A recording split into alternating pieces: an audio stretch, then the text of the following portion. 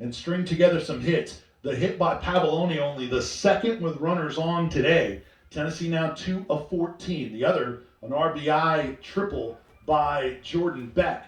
Vols, though, 0 for 4 with runners in scoring position. Luke Lipsius off second. Connor Pavoloni off first, playing in front of Pavoloni.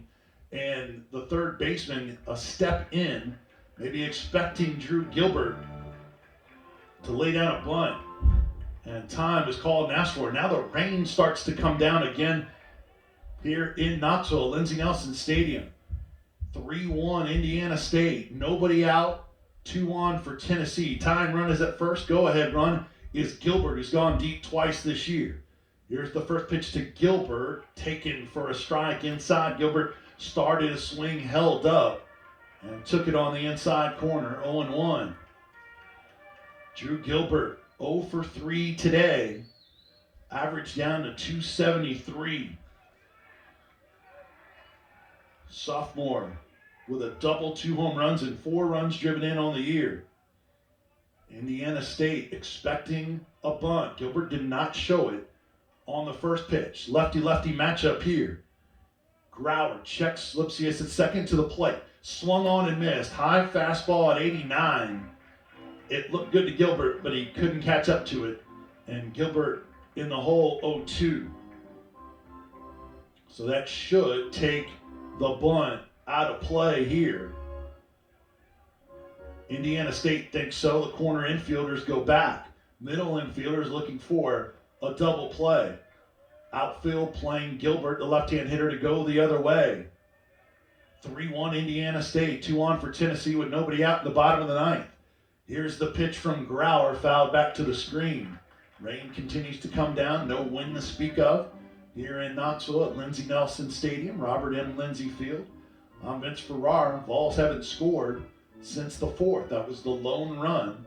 A Rucker single and a downpour, and then an RBI triple in the right center gap by Jordan Beck. Christian Scott in the on-deck circle for Tennessee. Here's the pitch. Check swing, a little bit low and away. Good eye by Gilbert to hold off of that one as Grauer count moves to 1-2. Fans locked into this one. Tennessee trying to stay perfect on the year, as high as 15 in preseason rankings. Grauer check is second. Shortstop backs out to the plate. The 1-2 bounces in, squirts away. Lipsius started towards third, hit the brakes, and then retreated back. The ball rolled towards third base in front of the Indiana State for Luke Lipsius to risk it. Moves the count to 2-2. Drew Gilbert, part of the heroics and the talking against Georgia Southern in that 3-game weekend sweep. Grauer again checks second to the plate. The 2-2 swung on and hit pretty well in the right field. Going back at the warning track. It bounces off between the outfielders. Ross couldn't come up with it. Rounding third and coming home is... Actually, no. Holding at third is Luke Lipsius, as Tennessee had to hold up in case it was caught.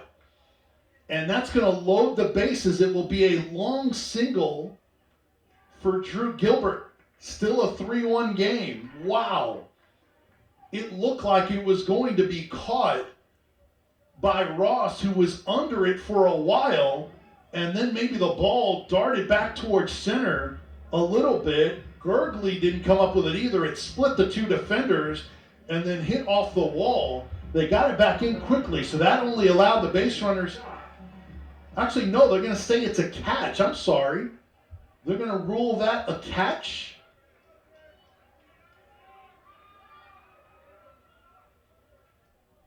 Wow, okay. So the runners advanced. No. Let's see.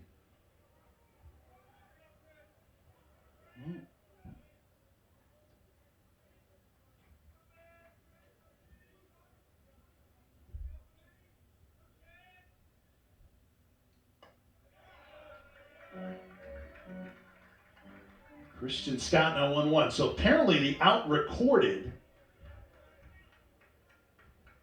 at second base. So Lipsius advanced to third. Pavoloni to second, but there's no one at first. So out recorded. And the ball bounces into Christian Scott. So it's a 2-1 count to Christian Scott. So Gilbert ends up getting a single to right center. And apparently Gilbert was tagged out on the throw back in.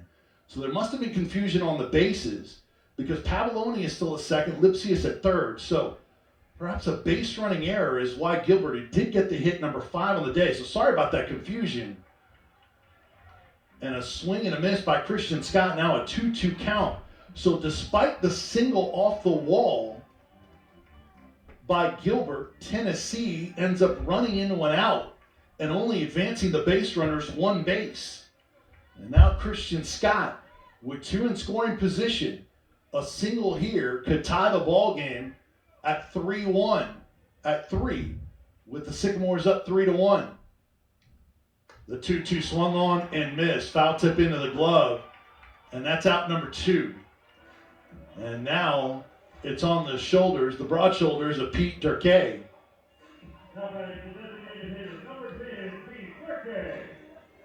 Wow.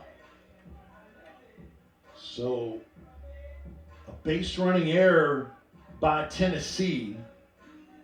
And because of the circumstance where it looked like it was going to be caught, the base runners are only able to advance 1 base. So Gilbert does get the single, 3 hits in the inning, but Tennessee still has not been able to cash in. As Gilbert was retired at second, Scott just struck out. The number 9 hitter, Pete Durkee, steps in. Breaking ball in there for a strike. Ball's down to their final out.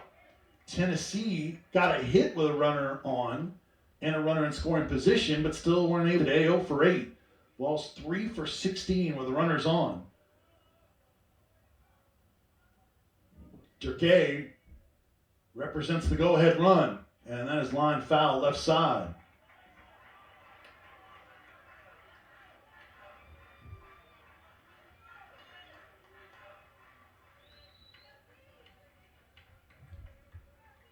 So apparently the base running error was Drew Gilbert passing Connor Pavoloni on the base pass. I missed that. I apologize for that, but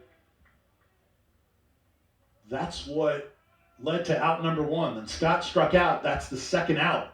Runners at second and third. Lipsius at third, Pavoloni at second. The 0-2 is outside, 1 and 2. Ball's down to not only their final out, but their final strike.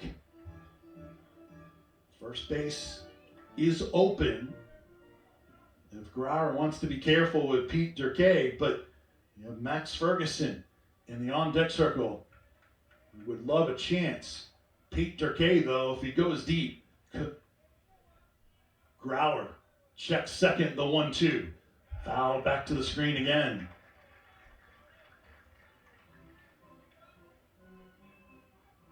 So you can understand some of the confusion maybe for Gilbert.